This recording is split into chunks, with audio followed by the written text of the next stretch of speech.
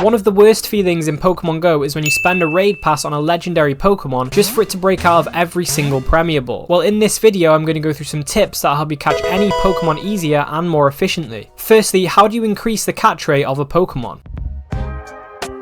So the chance of catching a Pokemon is determined by the catch rate formula, which does look a little bit complicated, but I'll break it down into the parts that you need to know. The formula depends on these 8 factors. Firstly, each Pokemon is given a base catch rate, which is a percentage chance that a Pokemon is caught without taking into consideration any other factors. The base catch rate for an unevolved Pokemon is normally higher than the evolved Pokemon. So for example, Bulbasaur has a 20% base catch rate, but a Venusaur has a 5% base catch rate. Starter Pokemon do also tend to have a higher base catch rate than the average Pokemon.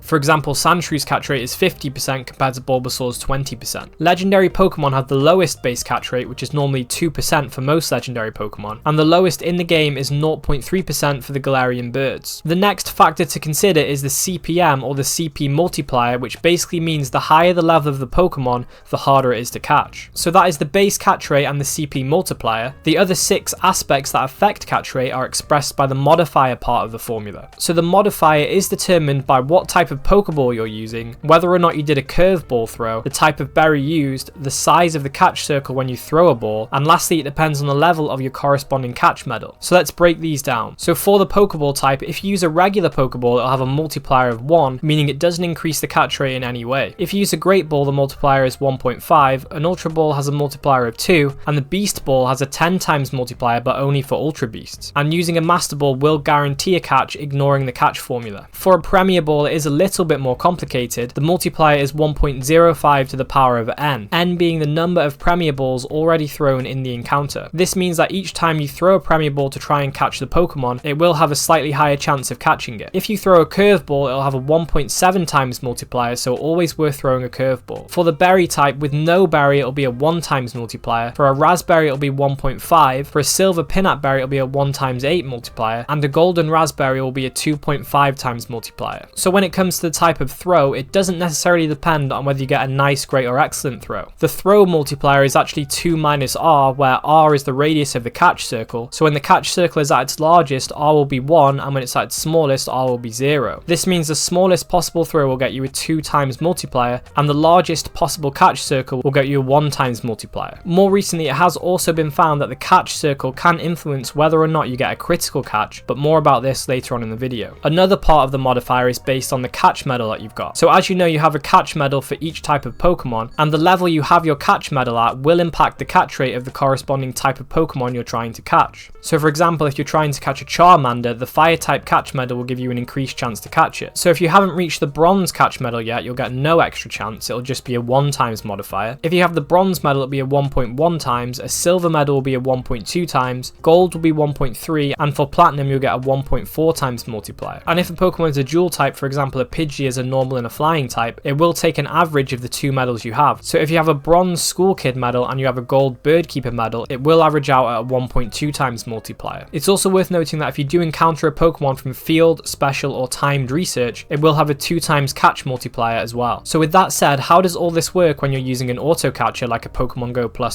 So if you are using a connected device, it will only take into account the ball and medal modifiers that you have. And with the fact that you only get 1 chance to catch per Pokemon, having your platinum catch medals completed and the type of ball you use is very important. So when all of these modifiers are put into the catch formula alongside the base catch rate for the Pokemon and its level, you'll get a probability of catching the Pokemon. So of all of these different ways of increasing catch rate, what is the best possible combination you can use to get the best catch rate?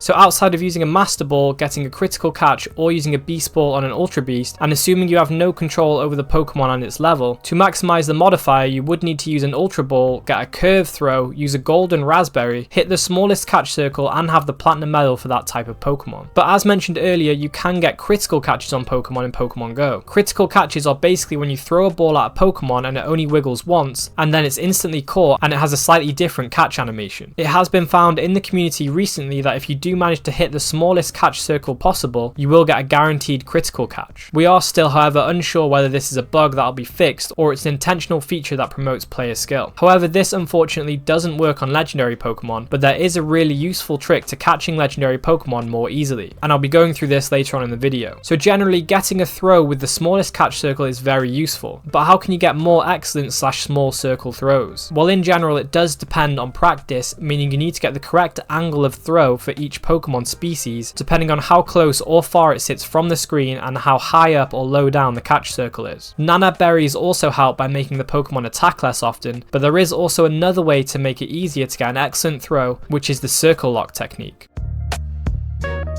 So this technique can be used on any Pokemon, but in particular it makes legendary Pokemon from raids much easier to catch, which is especially useful because you are limited to Premier Balls, which as we saw earlier don't have much more of a catch multiplier than a regular Pokeball, and you only have a limited number of Premier Balls to use during an encounter. So to do the technique, you need to tap and hold the Premier Ball and hold it until the catch circle is small. Then you can let go of the ball without throwing it and wait until the Pokemon does its animation. Halfway through the animation you can then throw the ball, and by the time it reaches the Pokemon, the catch circle will reappear and it will be locked in the same place you set it beforehand. Once you've done this, you actually don't have to reposition the catch circle if it breaks out. You can just keep throwing the balls during a Pokemon animation and the catch circle will remain in the same place. Once you've got this circle locked down, you really just need to practice getting the excellent throws on the Pokemon and you will pretty much be able to get an excellent throw on every throw. Doing this method myself has made it a lot easier to catch legendary Pokemon, so it's well worth practicing it. Just remember to use golden raspberries before each throw as well. So this is very useful for increasing the catch rate of a Pokemon, but how can you save time by catching a Pokemon more quickly? The answer to this is quick catching and the AR mode.